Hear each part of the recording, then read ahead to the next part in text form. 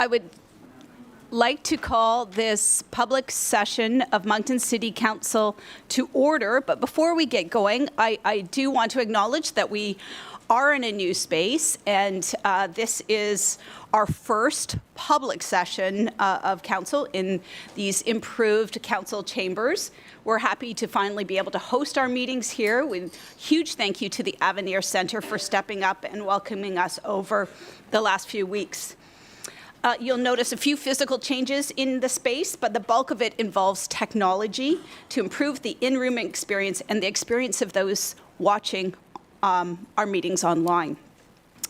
All of our public meetings from now on will permanently be streamed live on the city's YouTube channel. Our handle is @CityVilleMoncton. Over the next few weeks, we ask that you be patient with us as we are all learning. We are starting off with the basics and we'll be adding additional features and improvements as we go along.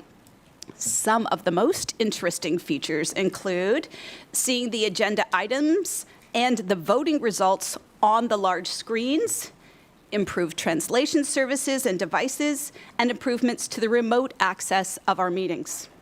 Other improvements will be seen on the streamed version of the meeting so that people at home can follow the meeting and be engaged.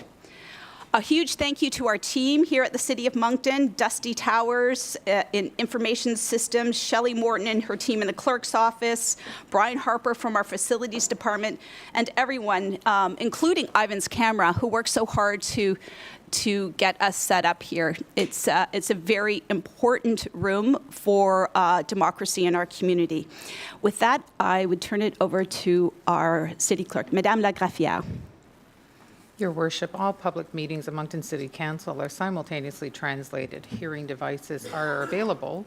If you have the right to address council in the official language of your choice. Meetings are also simulcast in both languages on the City of Moncton's YouTube channel and can be found on our website at moncton.ca. If you've registered with the City Clerk's Office prior to the agenda being published, 7 days before the meeting, you will be given 5 minutes for your presentations. Other presentations will be given 2 minutes. You will receive a reminder on the big screen behind me when you have 1 minute remaining. It will flash in red. Please note, no presenters shall speak disrespectfully of council, staff, or a member of the general public. The use of offensive or profane language will not be tolerated. Any breach of this guideline may result in the presenter being asked to leave the council chambers at the discretion of the chair. Un service d'interprétation simultanée est ouvert durant nos réunions. Vous avez le droit de parler dans la langue officielle de votre choix. Les casques d'écoute servent à la traduction sont disponibles. Ces réunions sont diffusées en français et en anglais sur la plateforme YouTube. Les réunions sont également diffusées sur l'Internet à moncton.ca.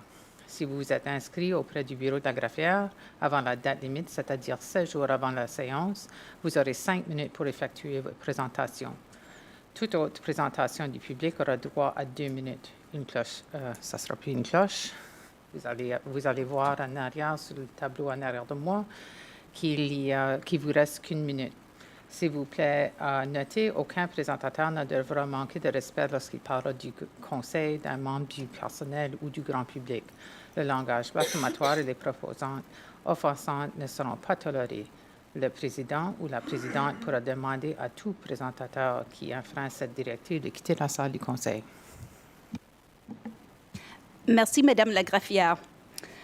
As mentioned, this is a new and renovated space, and we have a very special opportunity today to hear from Donna Augustine, Thunderbird Turtle Woman, who will offer a blessing and a smudge for this space. Dawn is really important to our community. She led and educated us in June of 2021 during a very challenging time.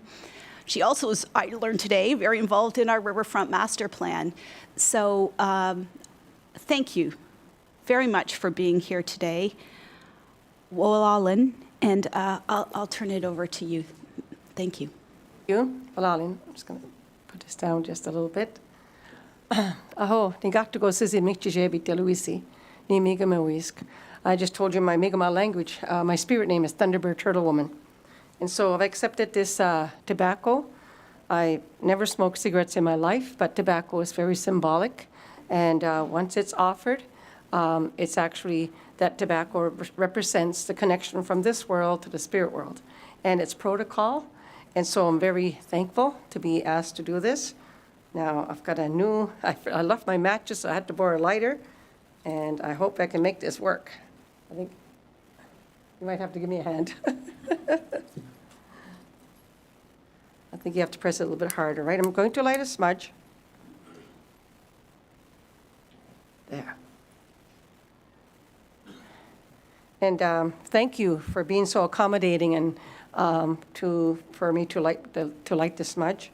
When we light a smudge, it represents that it purifies our spirit and it prepares us for something. So now in this new building, I'm going to offer this to the Creator, Kisok, spirits of the four directions, Utchabanuk, Apkadesnuk, Etkasnuk, Oatnuk, and the earth that we call our mother, because Mother Earth sustains us. Then I will smudge. I just want to let some of you know, too, that I was presenting at Moncton High School. This was a few years ago, before COVID. And one of the grade 12 teachers, Kara, I can't remember her last name, and she told us and told the class that the scientists did an experiment, and they discovered that if you light sage in a room, it actually increases what they call the energy level, something that our people have always known. So it's scientifically proven as well. So I just thought I'd let you know that. So I'm going to symbolically offer it, like from here to all of you and to the building. It's so good to start everything with a prayer and a blessing, and to give thanks for everything that we have in our lives. Sometimes, we just forget. We forget to be thankful. And so that opening prayer and our blessing, it's a reminder to us, we are Mi'kmaq. We are part of the people of the dawn, the Wabanaki. Waban means dawn. And so we are part of the people of the dawn. We greet that morning sun in the morning before our brother and sister tribes out west. So I'm going to offer this prayer and just to give thanks and to ask the Creator to bless this space on behalf of all of you. And also out there, modern technology now, it has us connect everywhere. And so now you've improved that. A long ways from smoke signals, I'll tell you. Humor has been important to us as well. Agiso kigamla damawi. Walali go chikisko Daniel Mawali. Dwacht my depi art no soko in a mawidaji machino kispel mejigas man una adu no chedige. Daniel del mawidaji kiloko guso antugaro deska ankidaswan. Ha uchibunok chamishandio to nadil walali igamola damawi alsid man. Walali go chunin janna anujijina mashkudaji mesit amok. Meweshkudajik. Hab Kades no Chamishan Doctor Nadil, Walali, which it Dandelia Quavic, Dandelia Bonamuyak, Walali, which Jamish Gabid. Hardkis no Sat with Kamiskish Nai, Walali got Dan Wedabek Sort Diak. Nascal Demawi, Walali, which it am so again me, which you mean Majuan, Dandelia Quavic Nego. Aho, ha, or Adnok Chamishan Doctor Nadil, Wabek Moon and Levin Nadil, Nascal Demawi Asadman. Walali a pisson Dandel Jugadian, Tilnina, Kamlamina, Nego, Danjikid Nimidiak. I do after my bottom money, which them Sajinamuk, Walali, which them Sajinamuk. Hagish Namamigo, Walali, Gish Mamko, Sigam, Igamia, which you Majuan, Sangwan, Gundal, Minishko, Weesis, Gabskodami Magical, Sit Amo, Walali. Ha. So I just want to tell you that the prayer, offered that prayer to the Creator, first and foremost, and just to give thanks that to give thanks for this day, that we all woke up today, and for all of our blessings. Then I offered that prayer to the east direction where the sun first rises. And it is the direction of the children. And so in this direction we always pray for and we give thanks for our children and the yet unborn. And by the way, in saying that, we're told that when important decisions are to be made, we're to think 7 generations ahead, not only in this generation, how it's going to affect our children and our grandchildren, but 7 generations down the line. And then the south direction, the direction of the warm winds, give thanks for all the women in our lives, our moms, our sisters, our wives, our daughters. And and then I offered that prayer to the west direction where the sun goes down, the direction of our ancestors, the place that we believe our spirits go when we leave this world. And in this direction, we give thanks for the ones that went before us. Our ancestors are not just ancient ones. They're anybody who has passed on before us. And we believe that they watch over us and guide us, even though we don't see them. And then the north direction, this direction is represented by the white bear of the north. In this direction, we give thanks for all the men in our lives, our fathers, sons, uncles, grandfathers. And then we also pray for all the men that are sick or having a hard time. Then lastly, I offer that prayer to the earth that we refer to as our mother, because Mother Earth gives us everything that we need. The water that is so vital to life. Without water, there would be no life. The animals that give up their lives for all of us to live. To plant life, same thing. They have to give up their lives for us to live. The very air that we breathe that comes from those trees, the fish, everything that lives and coexists on this earth together. And so the prayer is all-inclusive. And then at the end, when I say, Nogama, every tribe, every First Nations across the land, North America, what we refer to as Turtle Island, we have a phrase for all my relations because it represents that we are related to everyone and to everything, and that everything is interconnected, and that we affect one part of creation, it affects everything. So I'm just going to sing a short little song. I didn't even bring out the drum. I'm just going to use my rattle. Just a short song. And in this song, I'd like to, in our culture, the eagle is considered very important. The eagle flies highest to the Creator. And as the eagle soars in a circle, he reminds us as human beings to sit in that circle to represent that each and every person in that circle has value. Each and every person has worth. No one is any higher or any lower, but we all have a different, we're all good at something. Not one person knows everything, but everyone is good at something. And we all have a purpose and a reason to be here. And we're perfect just the way we are. I share this at the schools and everywhere I go. And so we thank the eagle for reminding us of that. And also we thank the spirit of the eagle. The eagle flies highest to the Creator. There is no barrier between the eagle, we say Gitbu, and the Creator. So we thank the eagle. We see the eagle as sort of like our messenger. And so we thank the eagle with this song. And so a lot of times you'll hear that my wish for you is to soar like an eagle. So I'm going to just sing a short song for the eagle. Gitbu. Yo, oh, yo, one. Yo, oh, yo, one. Musik skoga na meadow window. Gitto oxing des gitbua. Gitto oxing des gitbua.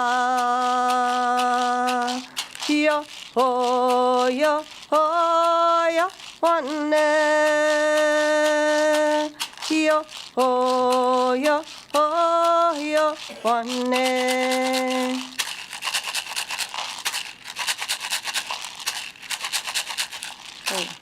And by the way, this is my ceremonial rattle. I thank you very much. I feel very honored and blessed, and on behalf of my people. And as I was sitting there, I was thinking, this is part of reconciliation. So thank you. And in our language, you say, Walalin to all of you. Thank you. Merci beaucoup. Have a great meeting, everyone, and a great day. Thank you. Willalan.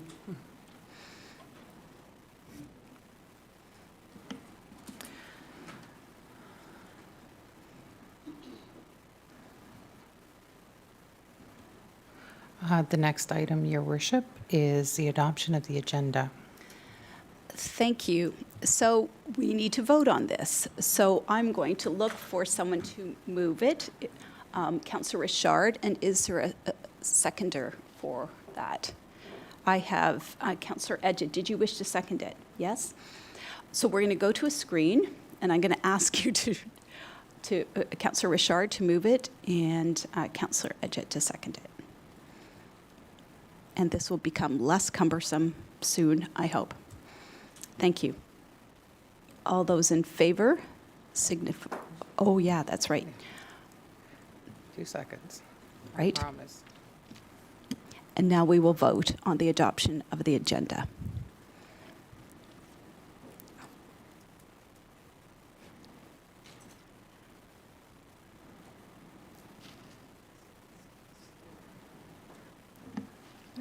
And it passes unanimously. Thank you. Next, our conflict of interest, les déclarations des conflits d'intérêts. I do not see any. Thank you.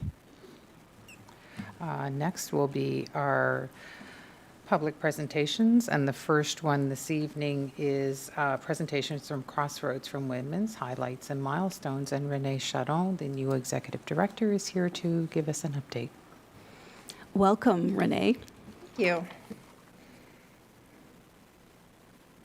Okay. My name is Renée Charon. I'm the Executive Director of Crossroads for Women. I want to thank the Council today for allowing me a few minutes on the agenda to provide some insight on the wonderful things the organization has accomplished over the last few years. First off, did you know that Crossroads' very first building was donated by the City of Moncton? One of our founders did a presentation to City Council in 1980, much like I'm doing right now. And the very next day, she got a call where they offered her a building that the city owned that was due for demolition. There's always been a strong connection between the City of Moncton and Crossroads for Women. In 1988, we acquired the building that you see on the screen here. It had 17 beds and still stands today on Highfield Street. Today, and as of 2016, we moved to our current building, which has 41 beds. Overnight, we tripled our capacity, which seems to be an ongoing trend. I'm sure you're all very aware of some of the stats and facts about gender-based violence and homelessness, so I don't want to spend too much time on this. However, I do believe it's important to still go through them because these represent much more than statistics. They're real people and real lives. In Canada, one woman or girl is killed every 48 hours. In New Brunswick, 2/3 of women who are murdered were living with the accused. 30% of all women 15 years of age and older report that they have experienced sexual assault. Survivors of family conflict and spousal abuse make up 37% of people experiencing homelessness in New Brunswick, and 63% of homeless individuals experience childhood abuse. What I really want to spend most of my time speaking about today are the services available at Crossroads for Women to show you that we are more than just a shelter, as some people may think. Our team of dedicated staff provide a wide range of services, many on a 24/7 base. The transition house, known as our emergency shelter, offers more than just a bed and a roof. It provides comprehensive services to help women transition to the next phase of their lives. This includes services to non-status refugee women and our 24/7 crisis line, which is open to anyone. We provide crisis intervention, advice, emotional support, and guidance through resources. Crossroads also operates secure properties, including partnerships with Rising Tide, our second stage known as Blossom House for high acuity needs, and third stage building. Residents receive support from our outreach worker who provides one-on-one and group sessions to assist with leaving abusive relationships, navigating the legal system, and accessing resources. The outreach worker also runs workshops and booths to raise awareness of gender-based violence. Finally, we have the Jade Center, formerly known as CSAC, the Southeast Sexual Assault Center, which offers free confidential sexual violence services, including crisis and long-term support, accompaniment to hospitals, court, and police, as well as referrals to other agencies. Crossroads works with a lot of other agencies in the region. And fun fact, Jade and Outreach hosts a booth to the Bridge to Home Hub every Friday from 10 a.m. to 12 p.m. and often does activities with other agencies like Youth Quest. Throughout all of these, we go above and beyond, providing emergency intervention orders, meals and food boxes, and advocacy for the hundreds of women who rely on Crossroads for Women every single day. In the last 18 months or so, we've housed, like you can see on the screen here, we've hit all of these milestones, and in addition to them, we've also housed 49 women and 11 children with Rising Tide, had 75 new clients with Outreach, conducted 36 group sessions, and housed 11 women and 14 children through second stage and third stage. This past year, we also rebranded CSAC to Jade Center to be more trauma-informed. We revamped our child and youth rooms, created a Harmony Room for residents, and we rebuilt Blossom House. Since 1981, Crossroads has provided services to thousands upon thousands of women and their children in the area, and we have no intention of slowing down. The last few years have had a lot of achievements for which we are very proud, and the future holds a lot of possibilities for Crossroads. This on screen is just an excerpt from a letter we received from one of our residents. November is Violence Prevention Month, and I invite everyone in this room to reflect on what that means to them. And I also invite council members to come visit Crossroads for Women whenever convenient for you, so we can show you the impact that we have in everyone's day-to-day lives. As the population grows and the housing crisis persists and misogyny continues to be present in our society, Crossroads will continue answering to the call to action. Thank you for your time. Thank you. Thank you, Renee. Councillor Bourgeois. Merci beaucoup, Madame la maire. Merci pour la présentation. Est-ce que vous comprenez français? Oui. Oui, OK. J'ai deux questions. La première, c'est, vous nous avez montré des photos. Voici ce qui se passe, voici les statistiques, etc. Mais sur une perspective, disons, des 5 dernières années, avec la population de Moncton qui a augmenté de façon assez importante, est-ce que la vidéo va dans le bon sens, c'est-à-dire qu'au moins on plafonne ou idéalement on diminuerait le nombre de cas ou d'instances, ou est-ce que c'est au contraire, ça augmente? Au contraire, je dirais que ça augmente, surtout depuis la pandémie et le housing crisis, comme j'ai mentionné. Puis, avec notre population croissante aussi, c'est normal que ces chiffres continuent à augmenter. Donc, nos services continuent à se multiplier aussi. On offre des nouveaux services comme Outreach, que j'ai mentionné, plutôt que toujours un lit à la maison de transition. Donc, on continue à aider la population comme on le peut. Juste un exemple sur la diapo, ça disait 5 616 appels l'année dernière. Ça, c'était une augmentation d'environ 26 si je ne me trompe pas, de l'année précédente. Malheureusement. Ma deuxième question, c'est est-ce qu'il y a quelque chose que la Ville de Moncton, comme entité, comme institution, peut faire pour vous appuyer, autre que vous laisser 5 minutes pour faire un petit peu de publicité, ça nous fait plaisir, mais est-ce qu'il y a autre chose qu'on peut faire? J'en suis certaine. Si je ne me trompe pas, dans quasiment chaque année, la Ville de Moncton a aidé le Carrefour pour femmes avec des fonds, mais j'inviterais vraiment qu'on ait une discussion plus approfondie pour voir comment on peut travailler ensemble pour s'assurer que les besoins des femmes et les enfants dans notre communauté sont bien pris soin. OK. Parce que je sais qu'on a un comité sur l'inclusion sociale. Je ne suis pas tout sûr qu'on a vraiment spécifié énormément d'activités en faveur des personnes exclues pour des raisons de violence familiale, mais je vais voir avec le conseiller Richard, on siège tous les deux dessus, savoir si c'est quelque chose qu'on pourrait aborder avec vous de façon plus spécifique. On assurera le suivi. Merci encore. Merci, Madame la maire. Merci. Deputy Mayor Thériault. Merci, Madame la maire. Merci beaucoup pour votre présentation. C'est un sujet qui nous touche depuis le début des temps, je dirais. Donc, vous travaillez beaucoup avec les femmes, vous faites un travail exceptionnel avec les enfants également. Mais qu'est-ce qu'on fait pour essayer de prévenir et essayer de trouver des solutions au trauma qui font qu'on se trouve souvent dans des relations avec des personnes abusives? Donc, qu'est-ce qu'on fait de ce côté-là?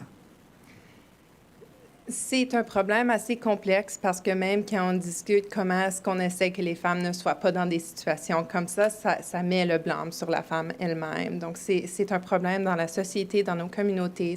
La violence est intergénérationnelle, c'est quelque chose qui est appris. C'est quelque chose qu'on voit souvent passer, comme j'ai mentionné, d'une génération à l'autre. Donc, nos services à Jade et avec Outreach, ils font souvent des présentations dans les écoles ou les autres organismes. Puis, c'est des activités comme Red Flag, Green Flag dans des relations. C'est quoi le consentement? Donc, c'est des activités qui touchent les plus jeunes, puis les aident à identifier ces problèmes avant qu'ils deviennent des problèmes réels. Qu'est-ce qu'on fait auprès du gouvernement, par exemple, avec les programmes? Il y a des programmes qui existent, mais Je sais qu'on a des programmes pour sensibiliser. On a celui-là avec les souliers rouges, je ne sais pas trop, les hommes qui manifestent. Mais c'est très bien. Mais comment on fait pour aller plus loin pour que ces hommes puissent accepter qu'ils ont un problème? Là, on parle vraiment des actions criminelles aussi. Comment est-ce que des personnes qui font des actions criminelles se reconnaissent en tant? Pour ce qui en est du gouvernement, le National Action Plan on Gender-Based Violence a commencé au niveau fédéral et a été donné au niveau provincial il y a quelques années. Donc, nous avons hâte en tant qu'institution pour la violence basée sur le genre de voir qu'est-ce qui en sort. Mais ce que je trouve profondément triste, c'est on a de ces personnes qui se trouvent dans des postes clés, dans des postes de contrôle, et ils sont entourés par des gens qui connaissent, qui savent que ces personnes-là sont des êtres violents et ont été violents. Donc, mais personne ne les dénonce. Donc ça, qu'est-ce qu'on fait pour éduquer le public à ce niveau-là? À ce niveau-là, je crois que ça devient très personnel. On voit souvent après l'abus ou même un fémicide, les voisins vont être pris en entrevue puis dire « Ah, ben ça me surprend, il semblait comme tellement un bon mec. » Donc, je crois, en tant que société, on a besoin d'accepter le fait que la violence basée sur le genre, ce n'est pas la violence domestique qui est faite derrière les portes à une maison. C'est un problème qui engage tout le monde dans la société, puis on a tous un rôle à jouer.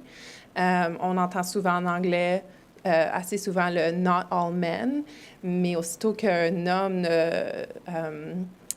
ne revendique pas pour le droit de la femme, il tombe dans la même catégorie. Donc, ça devient quelque chose que tout le monde a besoin de participer également dans toutes les situations. Plus de locker room talk, comme on dit. Puis cela, c'est pour les hommes, tout comme les femmes aussi, parce que la patriarchie, c'est quelque chose encore qu'on apprend. Merci beaucoup et bonne chance. Merci. Councillor Butler. Thank you, Your Worship, and thank you, Rennie, for the presentation. When I seen that photo of Highfield Street, it brought back a lot of memories when I was a police officer. I've gone there many times, and it was just such a relief. I can say is that, you would be into a place where there was a lot of violence going on. And one of the things that we sometimes forget is that the children are so much affected by this. And I can remember going there with a lady and maybe 2 or 3 children, and they were always so open to help them and have them a place.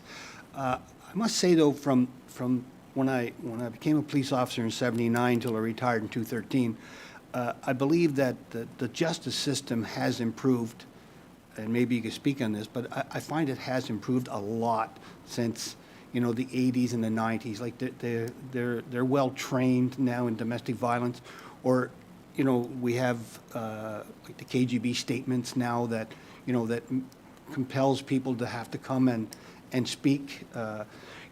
So I kudos to you and your group and all the volunteers that help out, because this is something that has been going on for centuries, and it just seems like for some reason we still as men, we still haven't got the hang of it, how to stop this. And it has to, places like, I'd like to see the day when there's places like Crossroads are not needed. And that would be a miracle, but, it'd be something. But anyway, just your thoughts on the way the criminal justice system has improved. Thank you, Your Worship. Well, I'm glad to hear that you had good experiences with Crossroads in the old building, and thank you also for mentioning volunteers. They do a lot of work with us, and we do appreciate them. I can't comment on the justice system in the 80s, because unfortunately I was not there. But what I can say is that in recent years, between the implementation for the danger assessment and the risk assessment and the emergency intervention orders, there have definitely been some improvements when it comes to the judicial system for gender-based violence. There is still a lot of work to be done, of course. Family courts and criminal courts don't always align, and that is something that we often see with children that are involved. Well, thank you, Renee, and to your team, and for all the really important work that you do in our community. Thanks for being here, though, and Thank you educating all. us a bit. Thanks. Our next item, Your Worship, is under Planning Matters, les questions d'urbanisme. And the first up today, c'est une addiction de l'arrêté concernant la redevance d'aménagement. And I believe that Josh Davies is here to do this presentation. Good evening, Your Worship and Council. Before you is a proposed bylaw amendment to the development charge bylaw. And the purpose of the bylaw tonight is purely for indexing. As Council will recall, we were in a pretty good rotation the last few years in terms of bringing forward new development charges, and at the same time, we would index them. This year, we're currently working hard on the Vision Lands development charges and exploring other areas, but tonight we're looking only at the indexing of the bylaw. So, as per the principles framework and development charge bylaw, development charges may be indexed annually to account for increase in construction costs. Indexing is based on building construction price index for Moncton. So we're very fortunate to have our own series for non-residential construction that we're able to base this DC value off of. And unlike previous years, the index rate has gone down quite a bit. I believe in 2022 and 2023, it was above 10%.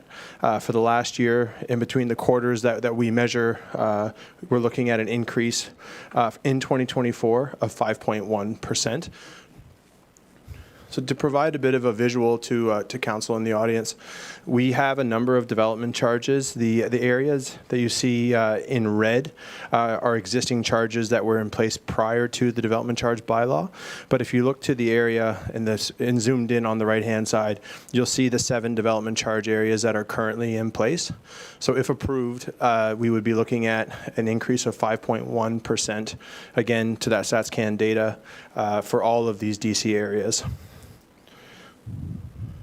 So the recommendation before you is the Moncton City Council proceed with proposed amending bylaw Z 1519.4 by giving first reading of the bylaw, requesting the views of the Planning Advisory Committee, and setting a public hearing for December 16th, 2024 to consider objections.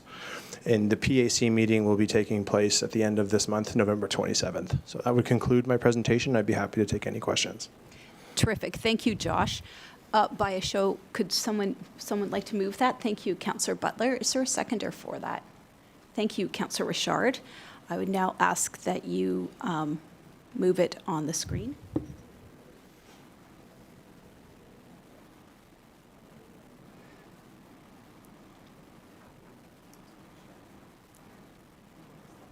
Thank you. Terrific. I see some questions. Councillor Bourgeois. Merci beaucoup, Madame la Maire. Merci, Josh. Just une petite question. And I know what the answer will be, but should we not, since this is a rather limited group of, we'll call developers, should we not specifically address, there must be an association of construction or some building association, ask for their input? I know what probably their position is going to be, but maybe on the other hand, they think that 5.1% is a reasonable increase as well, in addition to consulting the greater public through public hearings that we have. Yeah, I think we can certainly do that, and by going through tonight and putting the information on our website through the public notice requirements. As it happens, we're actually presenting to the Northeast Construction Association on Wednesday, so we'll be sure to include that information. Yeah, to your point, I think that if anything, they would probably like to see a decrease in the percentage, but I'm not sure if we'll get there. But the nice thing about the StatsCan data is it is fair, it's replicable, it's been put through that federal group, and it is common practice throughout the country. But we can certainly get the word out there, and we do have, I believe, through economic development, a large list of our developers that we can send out as an FYI communication. So there'll be no issues there. Yeah, I appreciate that. Merci, Madame la Maire. Thank you. I don't see any other questions. I think we could go to the vote.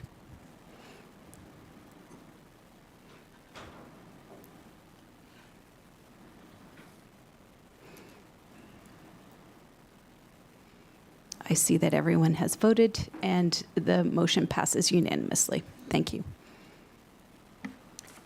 Our next item is an update on fees and charges bylaw for 2025, and I believe that Josh is here again to provide us an update.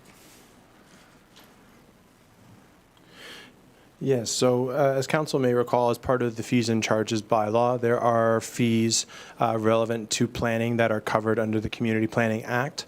So due to that fact, we do need to go through a public introduction, public hearing process similar to like we would for a rezoning. So that's why this portion of the fees and charges bylaw is before you this evening. So to provide the context, this is something we do annually in this time of year in order to ensure that fees are operative and updated for January 1st of the following year. Again, the bylaw is divided into Appendix A and B, Appendix B being the portion of the bylaw that contains the planning fees. Changing the Appendix B fees, as I mentioned, is subject to the requirements of the Community Planning Act and does also require referral to the Planning Advisory Committee, a public hearing, and subsequently a ministerial approval from the province. And similar to previous years, the proposed increase for this is 2.5%, similar to last year, and I believe the year before as well. So that was reflected through the bylaw amendment that was included as part of the application package. So here you'll see, continuing potentially on that 2.5% trajectory, what the fees will look like over the next 3 years. Again, increasing 2.5% across the board for those planning fees. So the recommendation is that council give first reading of proposed bylaw A-1324.2, a bylaw respecting fees, rates, and charges for services provided by the City of Moncton. Refer Appendix B, Schedule 1 of that proposed bylaw to the Planning Advisory Committee, and to set a public hearing date for those items, refer to the Planning Advisory Committee for December 16th, 2024. So in terms of next steps, we'll be going to the Planning Advisory Committee on the 27th of November. The following, we will look at the public hearing on the 16th, and then we'll be sending this off to ministerial approval so that we can have the fees up and running for the beginning of the new year. That concludes my presentation. I would be happy to take any questions. Terrific. Thank you, Josh. Again, I would ask for a mover for this. Thank you, Councillor Butler. Is there a seconder?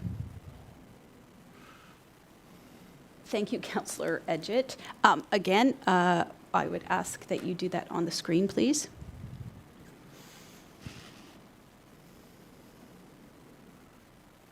Uh-oh. So we have to redo that. So I'd ask only for the mover and seconder to...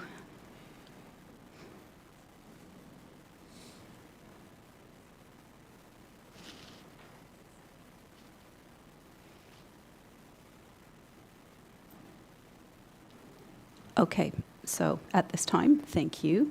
Moved by Councillor Butler, seconded by Councillor Edgett. Thank you. Questions? Councillor Bourgeois. Merci, Madame la Maire. Thank you, Josh, for this presentation. In the future, would you mind putting on the same document the rates for 2024 and 2025? We have two separate documents, so I had to print one out to compare to the screen on the other one. So in the future. Yep, no, Merci. noted. Yep, thank you. Terrific. Any other questions? If not, we can move to the voting screen, please.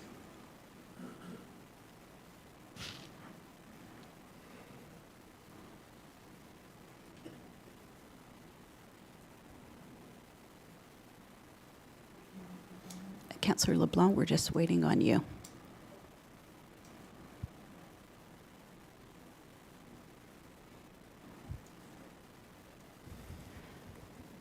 All right, thank you. It looks unanimous. Thank you. The next item, Your Worship, is statements from members of council. Les exposés des Terrific. membres du conseil. Thank you. First up, Councillor Edgett.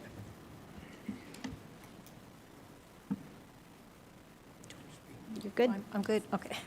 Still not used to the system. Thank you very much, Your Worship.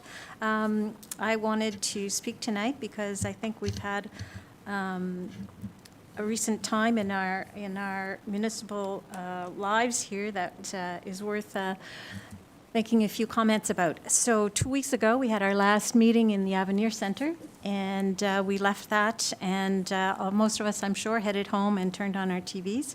And to the surprise of probably many of us, certainly for me, I witnessed the first the success of Susan Holt and her campaign to become Premier of our province, and what a wonderful day that was.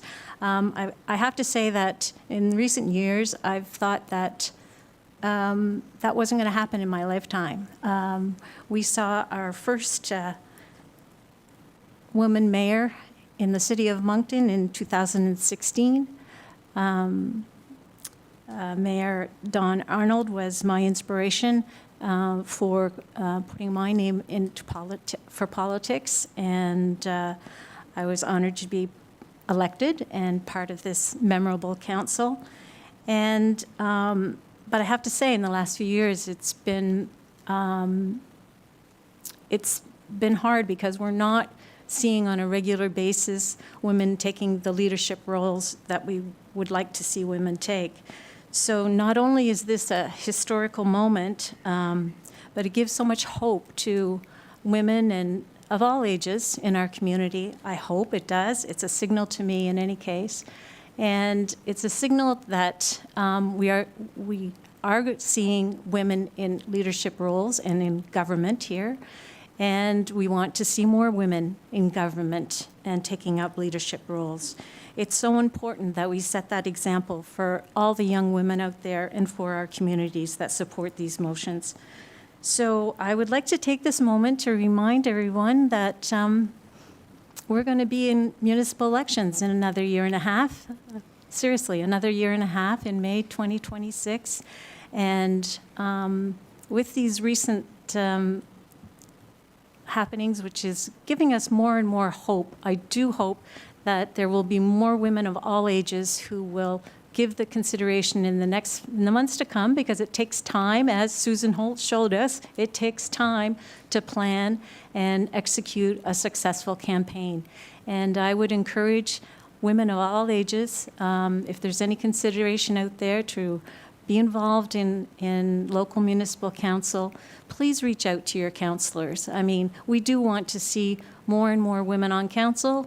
I guess if you asked us, we would be looking to hopefully one day have 50% representation on the council board. So that's all I wanted to say tonight, Mayor Arnold. Thank you very much. Thank you, Councillor Edgett. Councillor Bourgeois. Merci, Madame la Maire. Great suggestions. I've already spoken to 3 female candidates so far, encouraging them to run in the next municipal elections. But my topic today is about improving our democracy. 2.5 years ago, in April of 2022, Council was before a motion on half a dozen or so improvements or potential improvements to our democratic system. One example would be to survey the citizens to find out why 33% vote, and try to find out from the other ones why they don't vote in order to do something about it. For instance, if we change from 4 wards to 8 wards and having 1 member per ward rather than 2, would that be an improvement? Would that increase the voter turnout? If we had equitable wards where the same number of electors, give or take a few percentages, would be represented around this table, an ad hoc committee to be appointed 1 year in advance of May 2026, so in May 2025, to encourage citizens to vote and to present their names for election. In August 2023, so over a year ago, we had a sort of report by the Enhancing Democracy Committee. It was mostly reactions and comments. Conditions upon which they may or may not intervene. And then staff made brought it up again in January of this year, 2024, so about 10 months ago, with comments and some suggestions, but haven't heard anything since. And time is running out if we, for instance, want to change the ward system, if we want to appoint an ad hoc committee a year before the election. We've only got 6 months left. So I don't know who to ask. I've heard from Councillor Steves, who sits on behalf of council on the Enhancing Democracy Committee, that committee hasn't met in over a year. My mind is blown that we have a committee that doesn't meet. So is the solution to replace the members of the committee? Is it to bypass the committee and, for instance, appoint or convene the former members of council who would be interested in reacting to some of these ideas and try to find other ideas to encourage people to run, to encourage people to vote? So I don't know who. Is it Councillor Edgett as the senior representative of council on that committee? Or is it the mayor? Is it the city manager? Where is that file at now? Merci, Madame la Maire. Thank you. I'd ask our CAO to address that. Thank you, Your Worship, and Conseiller Bourgeois. I suggest that administration will get an update on the status of not only the reports but the committee and bring it forward to an upcoming meeting of council to give enough time to make the decisions required for May of 2025. But if the committee hasn't met in a year, who are you going to consult? Well, the intent right now would be to get an update from an administration, because I assume that the committee's been supported by administration, and convene with the members of the committee and bring forward some suggestions and recommendations to council. Could that be brought in before Christmas? That would be my intent, yes. Perfect. Merci beaucoup. Merci, Madame la Maire. Thank you. I don't see anyone else. I think we can move on. Thank you. Your Worship. Oops, would hope I did that. Your Worship, the next item is recommendations from committees and private sessions. And the first one up is a recommendation from the private meeting of October 28th, 2024. And at this meeting, it was Moncton City Council at its private meeting of October 28, 2024 reports that the agenda for the private meeting of October 28th, October 15th, it should not be October 28th, it should be October 15th, was adopted and recommends the following: that Moncton City Council set the price of $1,200,000 for land disposition consisting of those portions of PID 70460-662, 70261599, and 697847, and a portion of Stop Up and Close Foundry Street, the total area of which is to be confirmed by final plan of survey or subdivision plan, subject to approval adjustments, and that Moncton City Council direct that 10% of the proceeds of the land sale be added to the Affordable Housing Reserve Fund in accordance with the disposition and acquisition of municipal land policy, and that Moncton City Council further direct that any remaining net proceeds of the land sale be allocated to capital reserve to deliver on projects as part of the Riverfront Master Plan. The background on this, that the City of Moncton received a proposal from J.N. Lafford Realty, Inc., seeking to acquire land for assembly of the above-noted PIDs to develop what is known as the Gateway Towers in Moncton. At the public meeting of June 17th, City Council designated the city land surplus for economic development and directed administration to proceed with the disposition process as prescribed in 4.1.3 of the Disposition and Acquisition of Municipal Land Policy. Council also waived the requirements for public advertisement in accordance with the policy. The developer is proposing to commence groundwork in late 2024 with foundations to begin in 2025. The zoning matters related to this project were approved by City Council at the October 7th public hearing. Thank you. Could we move to the page? And I see that Councillor Edgett, do you wish to move this recommendation? Is there a seconder for it? Thank you, Councillor Butler. I'd ask that you touch the screen.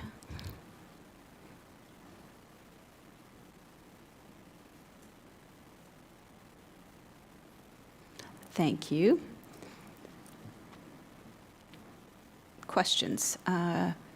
Councillor Leger. Thank you. I guess I have a question related to when we were looking at the whole development. I'd asked if there was possibility to take a look at additional to the 10% of the purchase price for affordable housing, that there would be an option related to perhaps looking at a carbon offset, something related to the environment. And I just wondered where we were with that.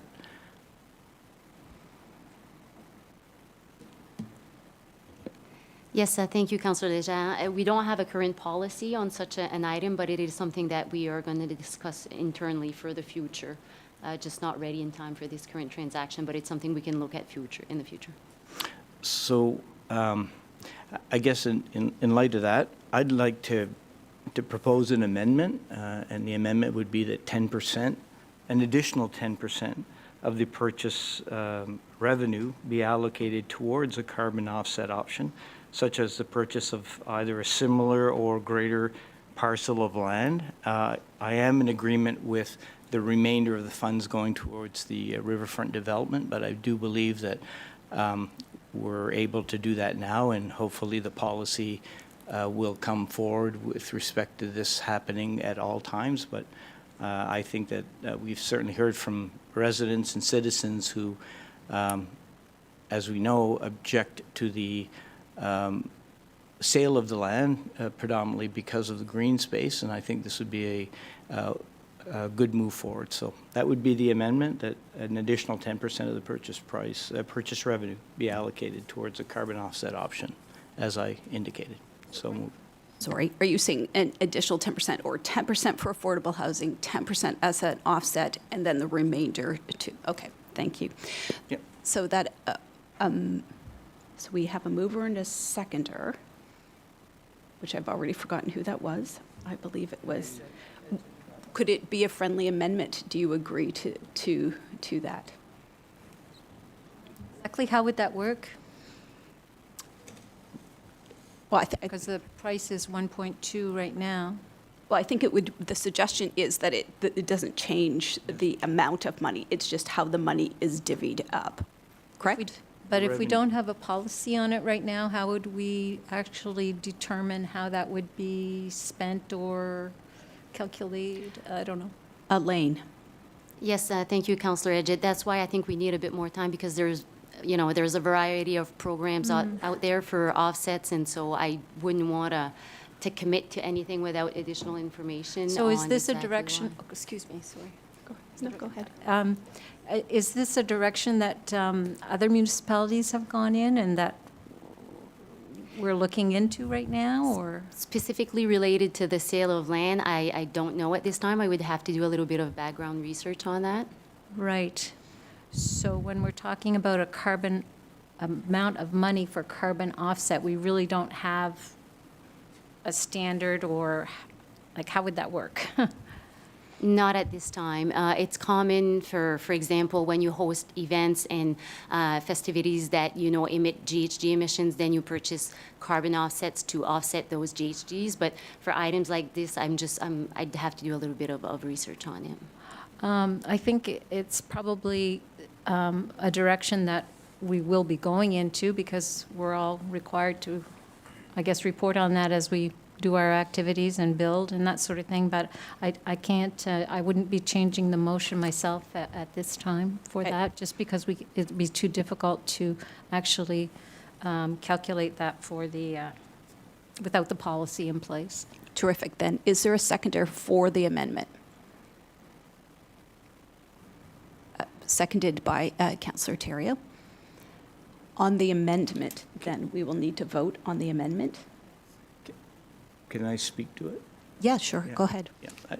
I understand, and I understand the need for policy. I think what I'm suggesting, though, is that that the funds be there when the policy is available and comes to council. I think this is one particular piece of property in which citizens really are looking at showing some leadership with respect to the disposition of public spaces like this. And so that is the suggestion. I wouldn't suggest immediately that the funds be spent. I think it's a question that they be there, and perhaps in the next few months, maybe between now and Christmas, we could have something that could be set with respect to that type of policy. I don't see it as something very arduous. Maybe I'm wrong, but it's the right thing to do when you're disposing, I think, of properties like this that are sensitive for municipalities. So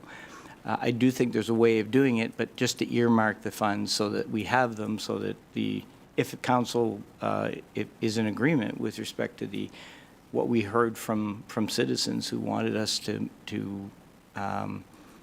make sure, I guess, that if we're moving forward with this project, that we were taking all those factors into consideration. So that was the intent. Thanks. Terrific, thank you. Councillor Bourgeois. Merci, Madame la Maire. I agree with Councillor Edgett on so many things that aren't clear to me anyways. This is new.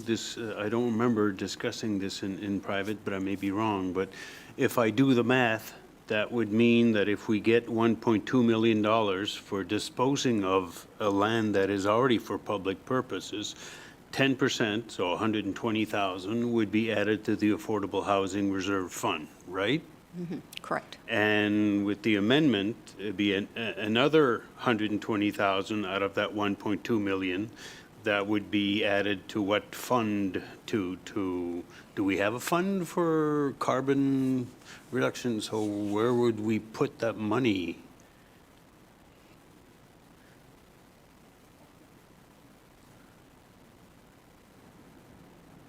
Thank you, Your Worship, members of council. So one option could be that we would create a reserve within our operating or our capital that we could put it into. That would be one option. Really, it's the one that I would say through the Local Governance Act that would work the best would be that. Okay. I've been here since 2008, minus 2016-21. I do not recall a single time when we sold public land. This is why I opposed it last time, but council went the other way. Have we ever done this before? And what happened to that money before? Thank you, Your Worship, to Conseiller Bourgeois. So in the past, most land sales that we do here, before we implemented the policy to put aside for affordable housing, that money would go into our account for land for public funds, which we would use to purchase future lands in the future when available. Or equipment for parks or anything else that's for land for public purposes. More land than equipment, right? But it would be True, trails, it could be things like that, yes. But some of the LFPP serves for equipment as well, like park equipment or... No, it would be more for the purchase of land or land requirements, not necessarily the equipment. The equipment would come through other budgets. Okay, so all of the fund for the past, let's say, 10 years, every once in a while, we get money in lieu of 10% of the land. We take land. Every single one of those dollars that we collect that is put into the LFPP is only used to purchase land? So I think there's two different things. So one is land for public purposes. So when we get it from a subdivision agreement or so on, where there's a donation of funds rather than land, we put that towards future public lands. There's also in certain instances where we will sell land and we have those funds. Those ones would be set aside in a similar account to land for public purposes, but we use that to purchase land. If we need land for a park, if we need land for a city facility, or some of the sort, it's rare that we would use the city facility, but I mean, that would be an example. So when we sell land, we save those funds for future purchases of land. Okay. And that brings me to my final question, that we are considering a park in the Visions line. We're trying to expand not just the minimum number of distance from brooks or water course that we need to protect that are automatically protected, but to get a bigger piece of land throughout Visions land to protect as much as we can, which would offset a lot of the carbon emissions, the more land that we don't develop, right? So I think we need to think all of this through and not just, and I understand where Councillor Léger is coming from, but maybe instead of putting 10% of that 1.2 million aside for a non-existent carbon footprint fund, that if we keep it in the land for public purpose right now, we could offset more carbon footprint by buying more of the Visions land. But that's my personal opinion. It's very confusing to discuss something that doesn't seem to fit anywhere in the puzzle right now, although the intention I understand and I think it's a good intention. So I won't be supporting the amendment because I think we have to think this through. Merci, Madame la Maire. Thank you. Councillor Léger, one last time. Well, I just wanted to say that the remainder of the proceeds of the sale of this will go towards the riverfront master plan. It won't be part of the normal fund as specified in this. So that was why I felt that it was important to at least earmark the funds for an upcoming policy. And so that's if it was just going into the general reserve for lands for public purposes, then that would have been different. But this is earmarked for the riverfront master plan, and since we're talking about this particular property, which is on the riverfront, felt that it was more important to make sure that we identified that, and that's the difference in what I was thinking. So, thank you. Oh, right. All those so we will need to vote on the amendment first. We don't know how to do that. Oh, okay. Where it's an amendment, it has not been placed into the Confro Meet system. So I will project what I caught your amendment being behind here. And you can tell me if it's right or if it's wrong.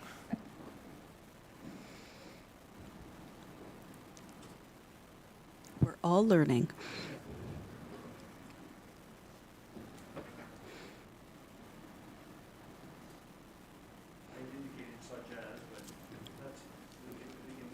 Okay, you need to turn on your microphone. Yeah. Perhaps it could be allocated to carbon offset once the policy is developed, something along that line, and that it be put into reserve, a reserve account. So maybe allocated to the carbon offset to be placed in a reserve account until such time as a policy is developed, something along that line. So it just makes sure that it stays there, and then if there is no policy, then the funds could be reallocated to lands for public purpose, just the general thing. General account.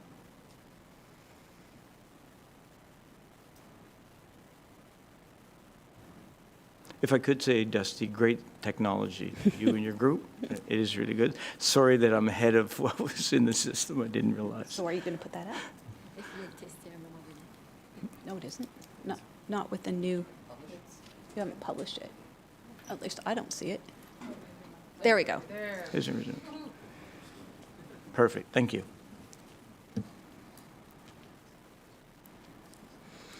So on this amendment, okay, we need to vote on this amendment. How will we do that? Okay. All those in favor signify by saying aye. Could the ayes please raise their hands?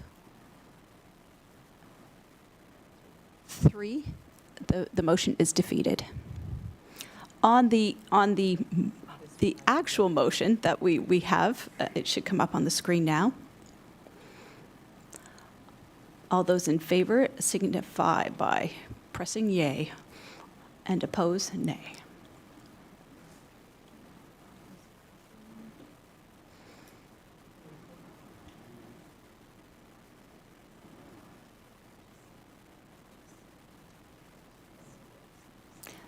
The motion passes with one nay vote. Thank you.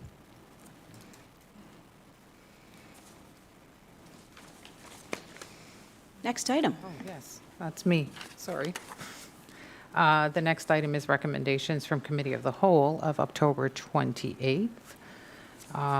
There are 4 recommendations coming out of this. The first one is Moncton City Council approve the proposed bylaw enforcement policy and that the policy be brought forward to the next public council session for ratification, which is today. Terrific. Is there someone who could move that? Thank you. Councillor, you want to make the motion? Sorry, right now we are on the very first one. Approve the bylaw enforcement policy. So I need a mover and a seconder for, okay, I need the screen to come up for yay and nay. Okay, so moved by Councillor Butler, and I need one person, just one person, which is Councillor Richard. Could you please second it? Terrific, thank you. So on this one, we will go back now, and Councillor Butler, I wanted to give you an opportunity. Did you wish to speak to this? No, not this one. Oh, okay, great, thank you. Councillor Bourgeois. Merci, Madame la Maire. I haven't seen the revised policy. We discussed it during the Committee of the Whole. We made suggestions. We were told that they would be incorporated, but I haven't seen so you're asking me to adopt a policy that I haven't seen the final corrected version of. Am I mistaken somewhere? Thank you. I'd ask our Director of Legal Services, Nick Robichaud, to respond. Thank you, Your Worship. Through to Councillor Bourgeois. Yeah, we don't typically attach policies in this section of the agenda, but we did make the change which you requested. We're removing that one sentence, but we can send a copy around to council if that's if. Okay, so you did make that. We did make the change. You yes. removed that second Yes. of the 3 sentences. We did. Okay, and the rest is as it was presented at the Committee of the Whole? Correct. Yeah. I will, okay, so I'll vote, but I would suggest that maybe we could receive via email a copy of the revised policies. If we don't submit them for public consumption here, at least we would get a chance to read them over the weekend, so. Absolutely. Okay, merci. Merci, Madame la Maire. Thank you. We could now move to voting on this item.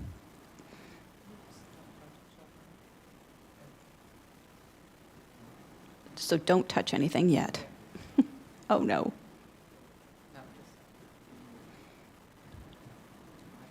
Don't touch any buttons for 1 second.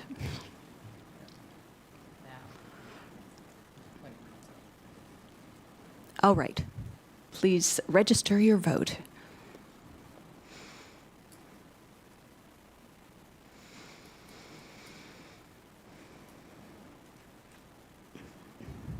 Terrific. It passes unanimously. Thank you. Next item. The next item is recommendation. There are 6 recommendations coming forth. I believe that Councillor Butler, you have requests to divide. Just, yeah, go ahead, Councillor Butler. So I thank you, Your Worship. I move to divide item number 9.2, recommended from the Councillor, or the Committee of the Whole, October 28th, 2024. Item number 2, the Street Bank update. And my motion would be? Do we have to vote first? I think what you want to do, I don't want to put words in your mouth, but I think you just want to take the recommendation number 4 out. I do. Yeah. Yeah, that's exactly what I want. Yeah. So you'd like to move to do that, to take recommendation 4 off the table? Do you want to postpone that one? Postpone it. He would like to postpone recommendation number 4. So that, how do we vote on this? Okay, first, we are going to vote on to divide what he just asked, Okay. which would be that the recommendation from the Committee of the Whole of October 28th, 2024 regarding item 5.4 street name bank update be divided to consider recommendation number 4 separately. Okay, So- sorry. Oh, that's okay. All right. So it's moved by Councillor Butler. Is there a seconder for this? Councillor Steves, can you guys push those buttons? Thank you. So this is a motion to divide, and we will now need to vote on the motion to divide. Are there questions before we move to the motion to divide? There are. Yes, Councillor Bourgeois, is that what your question pertains to? The motion I'm to not sure divide? about the procedure of it, but. Me neither. If that's one way, the other way would be to approve all 6 minus recommendation 4, and then we can deal with it separately, but it's. 6 of one, half a It's dozen of half a the other. dozen of one and 6 of the other, so if that's, I'm fine with either way. Okay. And Councillor Legier. Yeah, thanks. So I wasn't able to attend the Committee of the Whole, but there's been, and I understand, and I'm okay with Councillor Butler's motion, but there's also been pushback, or at least some concern about Harper Street and so on. So can I just get some clarification? I mean, I saw the emails, there's concern about Glendalia Crescent, and then there's concern about Harper. So what is the process to I think that the explanation on Harper, did you get the email from Bill? It was fairly clear. Yeah, I know, but we still have citizens who are asking. And so whether Well, can we move to that discussion afterwards? Right now, we are just dealing with the motion to divide. If we could. Is this on the motion to divide, Councillor Richard? Go ahead. Could that be reread, please? That the recommendation from the Committee of the Whole of October 28, 2024 regarding item 5.4 street name bank update be divided to consider recommendation number 4 separately. Which means we will take all of the rest of them, but we will take that one out. We'll Okay. vote on 1, 2, 3, 5, and 6 as a whole. Okay, because I had heard the word postpone That's going to That's be. just for- once we get there. Okay. Yeah. Merci So beaucoup. just on the motion to divide, all those in favor, press yay. Those opposed, nay.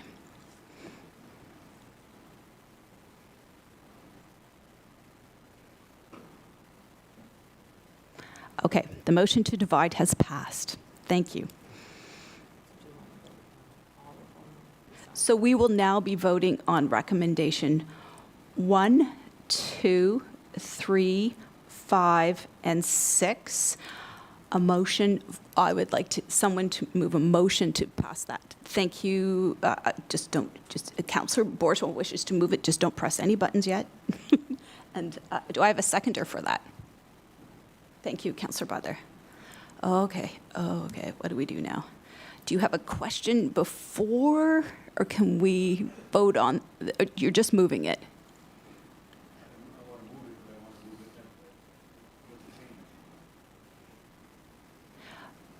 I want to move it with the change. In the Committee of the Whole, when we discussed it, we had, I thought, agreed that when it came to public, it would be in a bilingual format. So for instance, it would be Rue Bâtisseur Street, Rue Bateau Street, Sentier Symphonie Trail, and Promenade Real Camier Drive. But here it's only in English. So I don't know what happened, but we're still a bilingual city. So. Oh, that's very true. That was made very clear, so. So I'll move as long as we Okay. add the French, Yeah. All right. whatever. Perfect. So I'm just going to need you to move, press the button, and we've got a seconder there. Councillor Butler, can you do that? Thank you.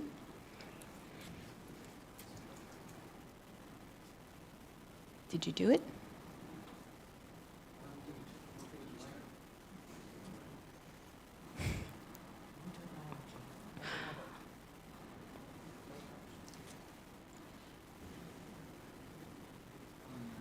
Okay. Councillor Bourgeois and then Councillor Butler. Moved and seconded. Thank you. All right. We now can have a discussion on this. And Councillor Bourgeois, did you wish to speak to this? No. No. Okay, as long as, any other questions? Councillor Legier. Okay, so I just want to come back to Harper. Okay. And so I did read the email from Bill Budd. It has to do with Councillor Butler, but it doesn't address Harper. But I just want to know if it's passed this evening, I'm curious, just how did citizens get word of this, and what is the option for citizens to give feedback before we change it? I'm not against changing the name, but if some people have a certain attachment to the name Harper, as they do with the other name, then shouldn't people be heard before we make the decision? And so if I've missed something, Bill, I'm sorry. I'm just, it wasn't certainly not clear for a member of the public watching this or reading it this evening and trying to understand how we've gotten to this, these recommendations as I sit here.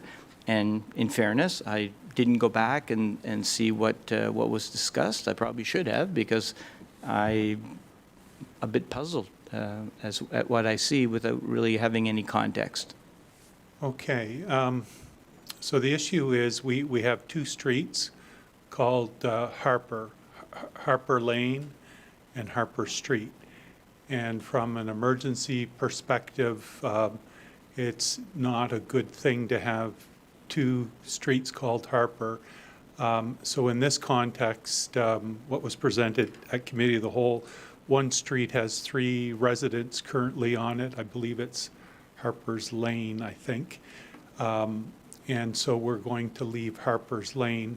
The undeveloped property, which I believe there's a major high-density development proposed on with a couple of hundred units, is Harper Street, and that street is proposed to be removed. Now, we received a communication from a member of the public who was concerned that they thought we were removing Harper Street, or Harper, like I guess the name of Harper, given its historical significance in Moncton.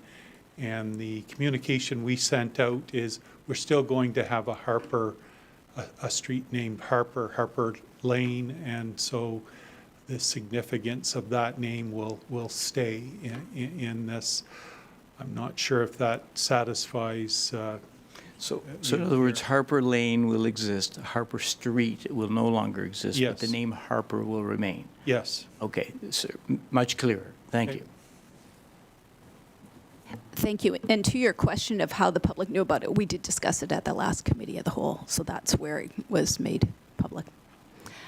Councillor Edgett. Thank you very much, Your Worship. I guess when I was going through this report and the discussion, I was thinking that this was covering like everything in Moncton with double name or with similar names, but what about West Street and West Lane? I mean, are we in a situation where we need to change that?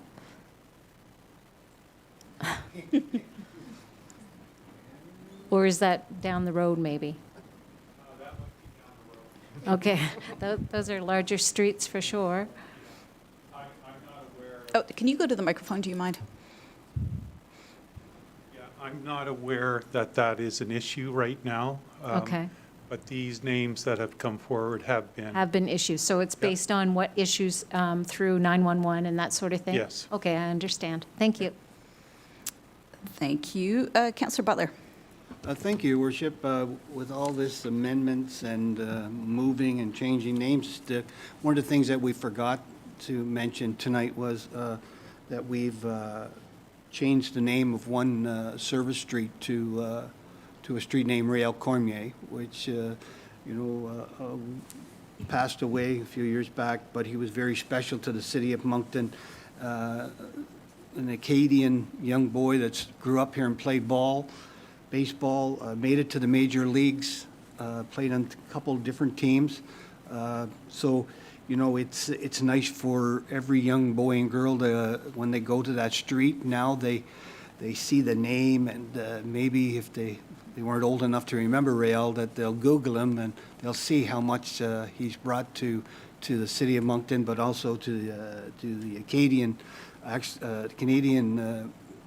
population. I got a call from one of the French newspapers, and I guess it's a new reporter. He asked me why would I change the name to want to change the name to Rael Cormier. So it's maybe well known that if you Google anybody that doesn't know him, you'll be proud to see why we named that name after him. Anyway, thank you, Your Worship. Terrific, thank you. I think we can move to voting, and again, this will be on recommendation 1, 2, 3, 5, and 6.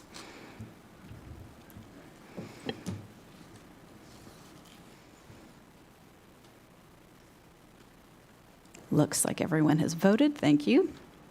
And it passes unanimously, thank you. So now on recommendation number 4, Councillor Butler. What do you wish to do with that? Can you turn on your microphone? Red light, green light, 1, 2, 3, around here now.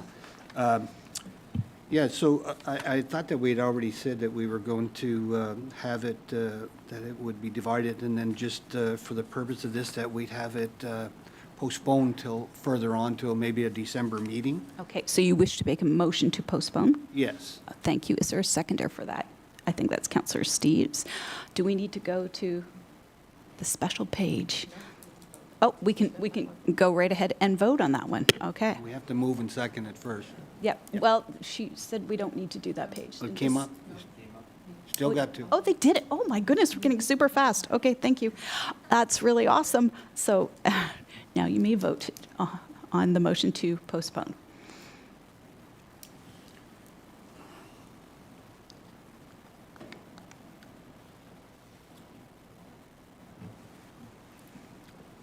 And I think we got a light on. Oh. Can we, do you, They can still- okay, yeah, just give me a second here. Okay, Councillor Bourgeois, go ahead. Merci, Madame la Maire. Just what exactly are we going to be, your staff is going to be doing over the next month or so before we come back? I just want a clarification. I think what they're going to do is to see that there was some history towards one of the street names, and I think we all got an email on that over the weekend, and I spoke to the gentleman. So I think that we'll do a little bit more investigation before we go forward with that, or maybe that they don't need to be changed at all. So I was kind of leaving it up to staff to come back with something for us. Okay, so staff will go and consult the people on that street to see what... Whatever consulting they usually do, they'll do, I guess, yeah, exactly. Okay, merci. Merci, Madame la Maire. Terrific. We need one more person to vote there. All right, 10 votes, and it's unanimous. Thank you very much. Next up is, gotta find where I am. Reports from administration, the rapport de l'administration. The first up this evening is a request for proposal for RFP 24038, portable and mobile two-way radios, equipment, and communication services. And before council this evening, it is that Moncton City Council approve administration's recommendation to reward request for proposal RFP 24038 for the provision of portable and mobile two-way radio.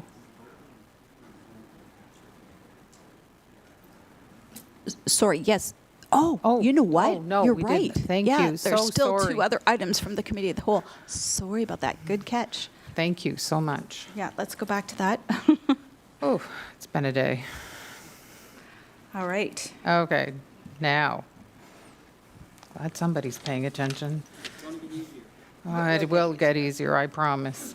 Next is number 3 from the Committee of the Whole, is that Moncton City Council approve the amendments to the policy regarding the Appeals Committee of Council of the City of Moncton on dangerous and unsightly premises and the property and property, and that the policy be brought forward to the November 4th public meeting, which is today.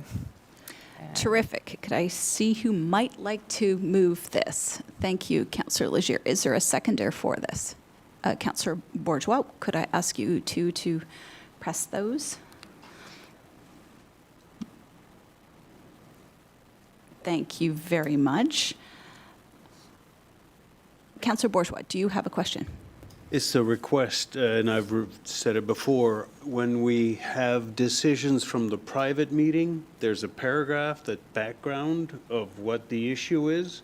But again, for people watching, for people attending, there's no context here. So we are amending a policy regarding property and unsightly premises that may affect a lot of citizens out there, but they don't know what this policy is, and we don't bring the policy forward to include. I know we've discussed it at the Committee of the Whole, but not everybody watches the Committee of the Whole. It's not, the media doesn't report. So there should be a paragraph to explain a little bit why we are modifying the policy and how.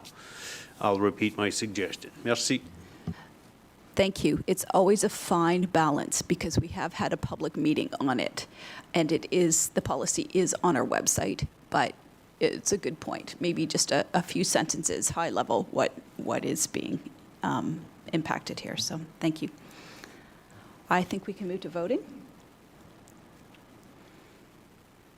So all those in favor, press yay. Contrary-minded, nay.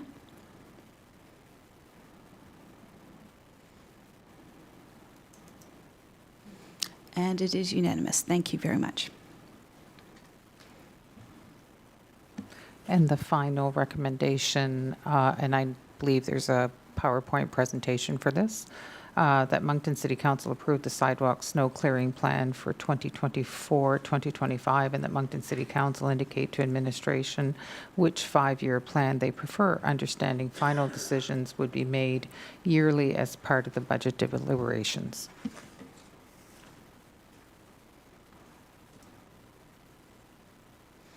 Alexandre. Thank you very much. We just wanted to go quickly over the highlights of some of the changes. If we can go to the next slide. Oh, I do that now. Okay, thank you. So this coming winter season, 24-25, we will be adding approximately 16 kilometers of sidewalks that will be serviced in the winter. We've shown some maps, and they'll be posted shortly on our website as well for the residents to be able to consult. Something else we had committed to doing is ensuring that sidewalks that are adjacent to any transit bus stops are serviced, and we've reviewed that over the past few weeks, and we believe that we'll add just below a kilometer of additional sidewalks being cleared this coming winter. And in the future, if and when council may approve some more resources to be applied toward the winter sidewalk snow removal plan, the idea would be to again focus on completing the buffer, the remaining walking buffer from the K-8 school. That would be the 0.5 kilometer. I've added a quick slide next on this, but just wanted to remind everybody that our maps of sidewalk winter service are available on our website at moncton.ca/snow. And here just what we discussed over the past year, the new approach we're going to target, which is completing closer to the schools, the walking buffers than 0.5 kilometers, and as resource may become more available if we want to expand toward the 1 kilometer walking buffer and potentially further. So just wanted to show this map again. And the only recommendation really for council is that they approve the 2024-2025 sidewalk snow removal plan. And would be happy to take any question if there are any. Thank you. Terrific. Thank you for that, Alexandra, and you make a good point. That is the only recommendation that is before us. Our CRF is slightly different, but the only recommendation is to approve the sidewalk snow plan. So I would be looking for someone who might move this. Councillor Richard, is there a seconder for that? Thank you, Councillor Butler. Could I ask you to indicate that? Terrific. Thank you. On the discussion, Councillor Richard, do you have a question? Go ahead. Merci, Madame la Maire. No, just a comment. I'd like to thank the staff for keeping a good eye around those schools. We got to keep our kids safe. If the sidewalks aren't open, they're walking in the streets. We've had these discussions too many times, so I really appreciate seeing this happen. Merci beaucoup. Thank you. Councillor Bourgeois. Merci, Madame la Maire. I'll repeat part of the discussion qu'on avait eu l'autre jour. On est en train d'adapter notre système de déneigement autour des écoles élémentaires parce que la province refuse la directive de la province au district scolaire refuse de ramasser des jeunes enfants d'élémentaire, 5 ans à 12 ans à peu près, 13 ans. Et alors, nous, on refait tout ça. Est-ce que, et la suggestion qu'on avait discutée, c'est est-ce qu'on ne pourrait pas s'asseoir avec la province pour essayer de voir, peut-être que nous, on s'occuperait de ramasser les enfants avec une subvention de la province ou que la province modifierait ses règlements pour que ce système-là protège ces jeunes enfants-là, parce que notre rôle principal dans le déneigement, on pourrait laisser les trottoirs enneigés. On n'a pas d'obligation légale de déneiger, mais on le fait pour des raisons de sécurité publique. Et sécurité publique en privilégiant les plus vulnérables de notre population, qui sont les petits-enfants de 5, 6, 7, 8 ans. Est-ce qu'on pourrait s'asseoir avec la province pour essayer de trouver une solution qui irait dans la plus grande sécurité de la plus grand nombre de petits-enfants sans que ça nous coûte un bras et une jambe? J'avais bien pris note de votre commentaire à la dernière réunion et c'est quelque chose qu'on va faire à suivi. Merci. Donc, ça serait à temps pour le prochain plan de déneigement, si possible, au moins avoir une réponse de la province? Ça sera à voir, mais je vais certainement poser la question aux différents districts. Ouais. Parfait. Dans les prochaines semaines. Merci beaucoup. Merci, Madame la Maire. Thank you. Deputy Mayor Thériault. Merci, Madame la Maire. Merci beaucoup pour ton rapport. On parle beaucoup de gens qui sont affectés par le déneigement et on parle surtout des enfants, mais il y a les personnes âgées qui ont vraiment un besoin de sortir, surtout l'hiver. Donc, c'est quoi les considérations qu'on prend pour ces gens-là? De façon générale, quand on reçoit des requêtes spécifiques de certains résidents qui ont des limitations particulières, on a déjà eu des personnes qui nous ont rejoints qui ont qui ont un impairment qui est visuel ou qui ont besoin de marcher, de quoi que ce soit. Notre équipe va aller faire un tour et s'assurer que les trottoirs, parce qu'il y a le déneigement, mais il y a aussi la condition des trottoirs qui peuvent affecter des fois s'il y a des dénivelés ou des obstructions. Donc, on fait notre possible pour essayer de supporter ces besoins-là particuliers. Si jamais ça arrivait dans une section qui n'est pas du tout qui ne rencontre pas la politique actuelle que le Conseil a approuvée, il faudrait le considérer. Jusqu'à maintenant, on a réussi à travailler avec les cas particuliers qu'on a eus. On continuerait d'inviter les résidents qui ont des besoins comme ceux-là de nous contacter pour qu'on soit au moins au courant et qu'on puisse, au besoin, les amener au Conseil ou les inclure dans une politique future, peut-être, de considération. Est-ce qu'on consulte le réseau des personnes âgées? Vous savez, je pense que la Ville a un comité des personnes âgées, puis ils nous avaient invités, quasiment chaque année, ils nous invitent, moi ou Dawn, pour parler du réseau, du programme de déneigement et tout ça, puis ils posent des questions. Donc, je pense que Marcia King fait partie du comité, elle nous a invités dans le passé. Ça nous fait plaisir qu'il y ait des opportunités d'aller en parler. Oui, et ça serait important de savoir où ces gens-là, où est-ce qu'ils se tiennent, c'est quoi les rues qui ont besoin d'être déneigées et faciliter, en fait, leur hiver. Oui. Donc, merci, Alexandre. Merci beaucoup. Excellent. I don't see any other questions on the snow sidewalk clearing budget. Please indicate how you wish to vote.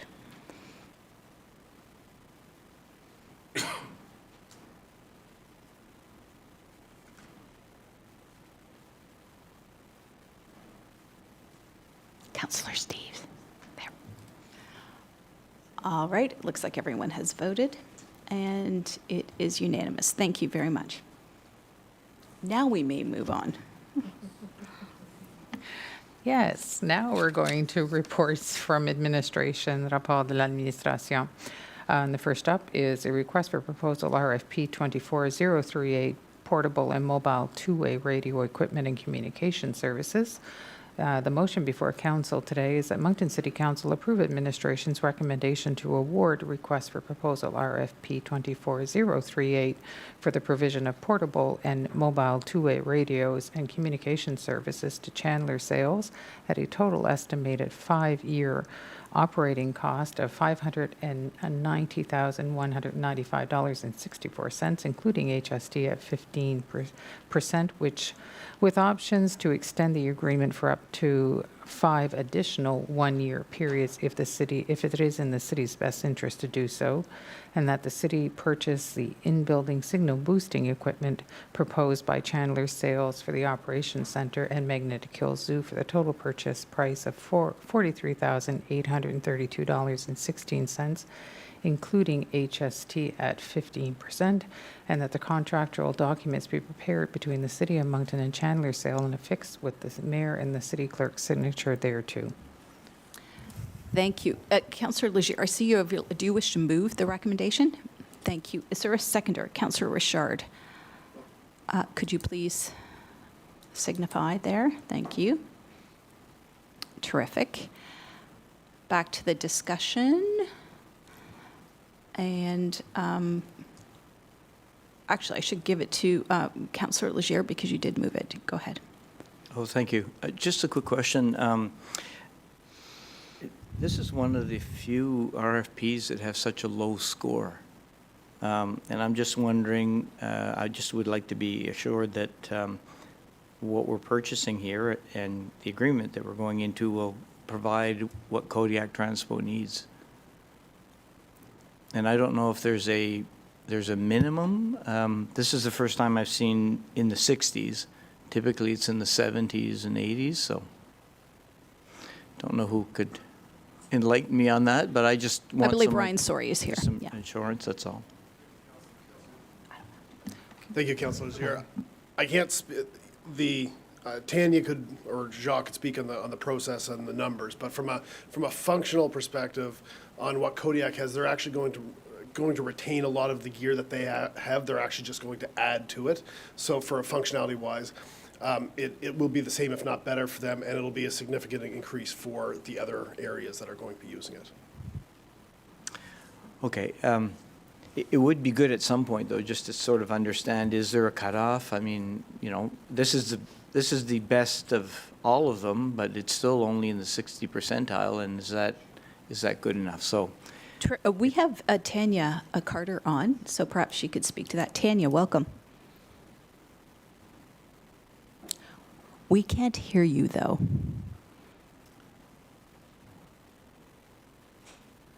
Tanya, if you can hear us, please turn on your microphone. And if not, that's fine. I'll accept what you're saying. It would be nice as a follow-up, perhaps in the future, with respect to the way the RFPs are structured and the point system, because it's quite important in terms of having that overall perspective. So I'm okay with that this evening. Okay. Thank you. Fair enough. Councillor Bourgeois. Merci beaucoup, Madame la Maire. Ryan, this is a significant purchase, about $600,000, but I'm going to ask a question to the finance guy, Jacques Doucette. Normalement, on avait dans notre rapport, le Council Report Form, quelque chose sur les finances, puis ça disait ce budget ici était déjà prévu, c'est au-dessus du budget, c'est en dessous du budget, etc. Puis là, je vois pas ça dans ni cette demande, puis j'aurais probablement une question semblable de la prochaine. Alors, c'était quoi le budget qu'on avait prévu, qu'on avait adopté pour ces 600 000 pièces-là? You need to turn, yeah, there you go. Thank you, Your Worship, to the Conseil Bourgeois. Pour celui-ci, ce qui se passe, c'est qu'on a des dépenses qui sont qui sont inclus dans plusieurs comptes. Donc, même pour nous, c'est un petit peu difficile parce que ça touche Kodiak Transport, ça touche les parcs, ça touche l'eau et les égouts, beaucoup de différents comptes. Puis, on ne maintient pas nécessairement l'analyse du compte en grosso modo comme la ville, mais la confirmation de mon côté, ce qui m'a réassuré, c'est que le prix ici est plus avantageux que l'ancien prix et on a maintenu nos budgets dans chaque compte.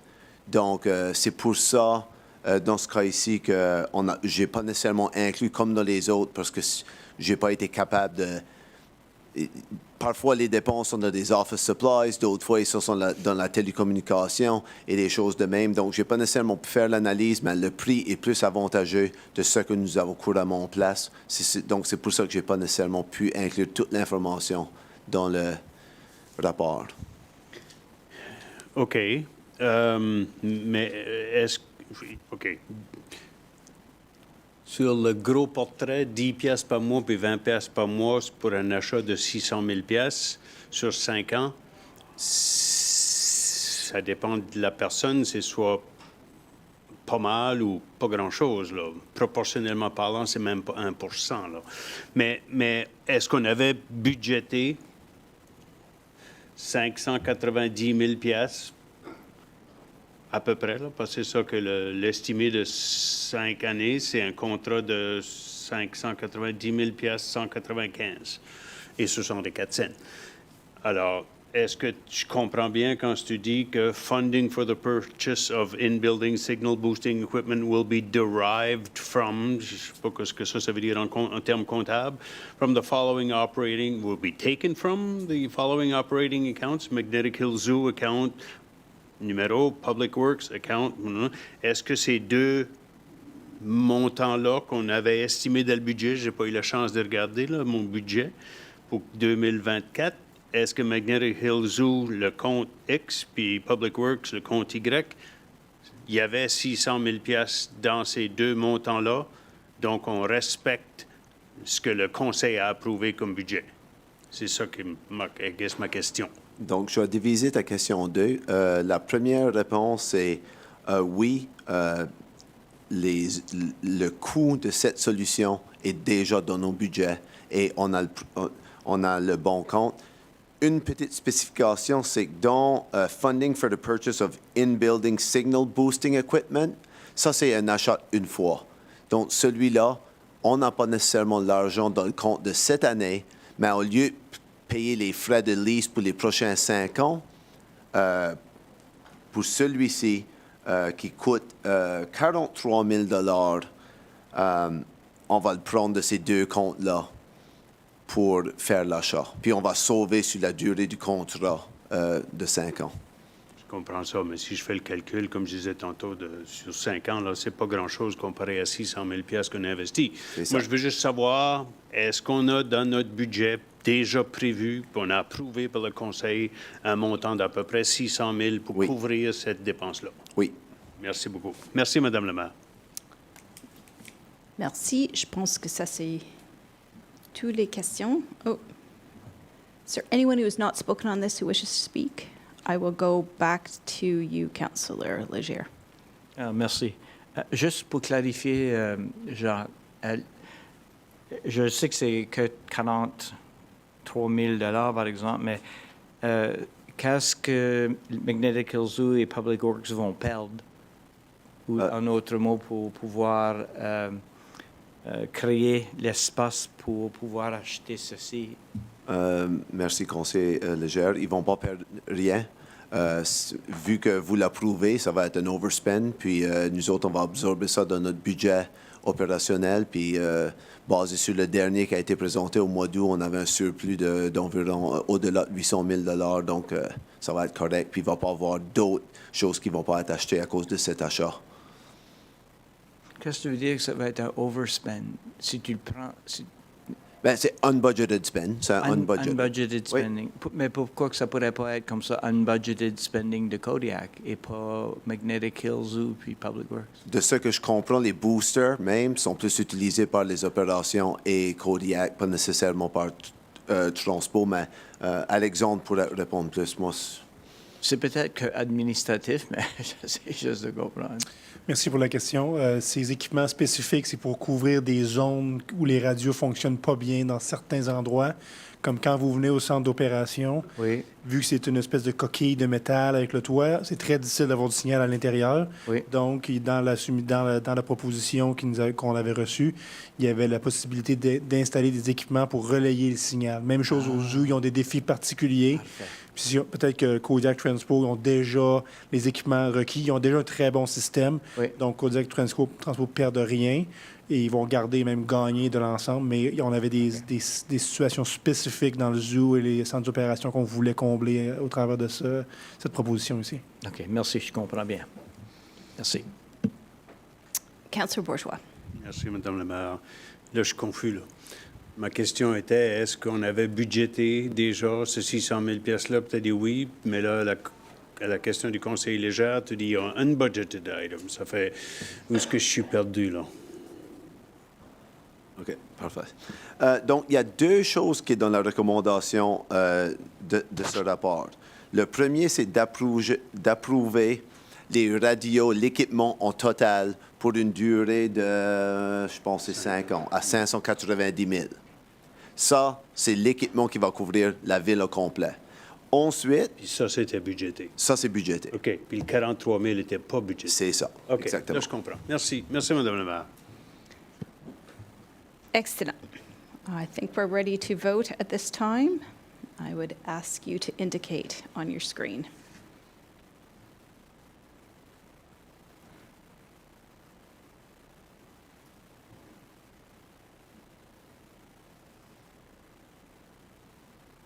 And it looks like it passes unanimously. Thank you.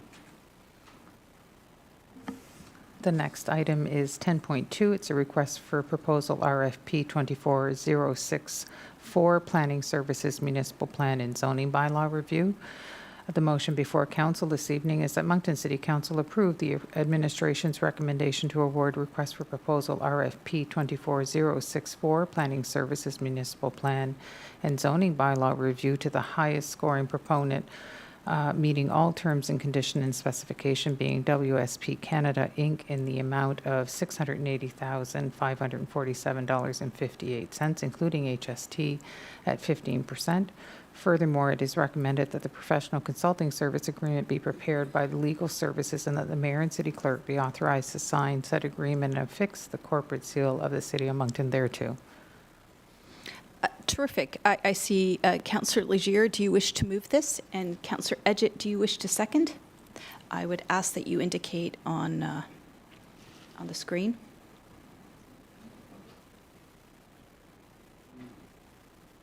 Terrific. Thank you very much. Questions? Councillor Edgett, did you have a question? Councillor Bourgeois. Merci beaucoup, Madame la maire. Jacques, même sorte de question. Malgré que ici, ce n'est pas des items budgétaires, c'est des budgets. 2024, budget 2025, je déduis que 200 000 va venir l'année prochaine, bien sûr, si le conseil approuve, mais là, on est en train d'approuver une partie du budget de 2025 à cette heure-là. Puis un montant qui vient de la réserve, donc j'ai l'impression que c'est de l'argent qu'on avait un surplus en 2022 et 2023. Est-ce que, ma question est très spécifique, est-ce qu'on avait budgété cet item ici qui va coûter à peu près 700 000 piastres? Et sinon, c'est quelque chose qui arrive un petit peu comme un cheveu sur la soupe, puis on prend un petit peu de l'argent des réserves ou des surplus budgétaires. Peux-tu nous expliquer un petit peu le financement de ce site? Oui, absolument, conseiller Bourgeois. Donc, non, on a budgété ceci. Depuis 2022, on a mis des montants de côté pendant l'année. C'est du travail qu'on aurait pu faire en termes de la municipal plan dans ces années-là, 2022-2023, mais qu'on n'a pas fait. À la fin de l'année, nous, on est venu au conseil pour demander de prendre cet argent-là parce qu'on savait qu'on avait besoin, puis de la mettre dans les réserves pour la sortir de nouveau quand on commence le travail. Puis le 2024-2025, l'approbation-là a été apportée au conseil l'année passée, mais c'était un multi-year budget request. Donc, le Conseil a approuvé le 2024. Le 2025, c'est comme tu dis, oui, c'est sûr que le budget 2025 est juste approuvé en 2024 pour 2025, mais le Conseil a approuvé la multi-year budget request l'année passée. Donc, c'est ce montant-là du budget. Puis ensuite, le HAF, le Housing Accelerator Fund funding, va couvrir le restant. Donc, tous les items-là ont été identifiés comme Municipal Plan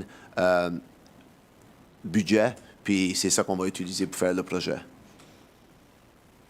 OK. Merci. Merci, Madame la maire. Mais je vais exprimer ma préoccupation. Que c'est pas de ta faute, j'accuse pas personne, mais normalement, on devrait être capable de trouver le lien entre ce qu'on met là-dedans puis notre budget. Là. Ça fait, si tu dis qu'il y a un item en quelque part dans le budget qui a été approuvé pour ce site, j'aurais aimé de le savoir, là, mais c'est beau. Peut-être dans le futur. Oui. Merci, Madame la maire. Terrific. I don't see any other questions, but on behalf of Councillor Edgett and Councillor Butler and we did have our first meeting of the Municipal Plan Review Committee, just getting to know each other, and I know there was great anticipation for finding out who was getting this contract. So I would ask you all to touch your screens now.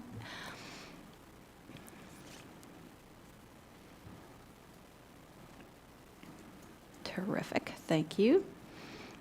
And it has passed unanimously. Thank you. Next are reading of bylaws, lecture des arrêtés municipaux, and council has provided me permission to give both of these readings. First is 11.1, is a bylaw and amendment of the City of Moncton's development charge bylaw, being bylaw Z1519.4, development charge. It's the first reading. Arrêté portant modification de l'arrêté concernant la redevance d'aménagement dans la ville de Moncton sur l'arrêté Z1519.4, redevance d'aménagement, c'est la première lecture. We'll need a vote.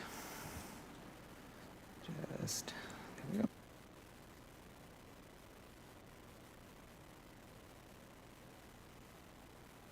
We don't need to vote because we actually already gave permission for this. Losing my mind. Okay. Second one is a bylaw and amendment of a bylaw, fees, rates, and charges for services provided by the City of Moncton, bylaw A1324.2. It's a first reading. And arrêté portant modification de l'arrêté concernant les droits, tarifs et les redevances pour les services fournis par la Ville de Moncton sur l'arrêté A1324.2. C'est la première lecture. Terrific. I do believe that concludes today's agenda. I would ask Councillor Richard, do you motion to adjourn? I would like to move to adjourn. Perfect. Thank you very much. And thank you to the tech team for everything you're doing behind the scenes.